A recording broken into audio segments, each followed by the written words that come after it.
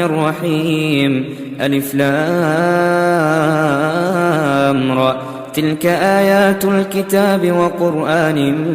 مبين ربما يود الذين كفروا لو كانوا مسلمين ذرهم يأكلوا ويتمتعوا ويلههم الأمل فسوف يعلمون وما أهلكنا من قرية إلا ولها كتاب معلوم ما تسبق من أمة أجلها وما يستأخرون وقالوا يا أيها الذي نزل عليه الذكر إنك لمجنون لو ما تأتينا بالملائكة إن كنت من الصادقين ما ننزل الملائكة إلا بالحق وما كانوا إذا منظرين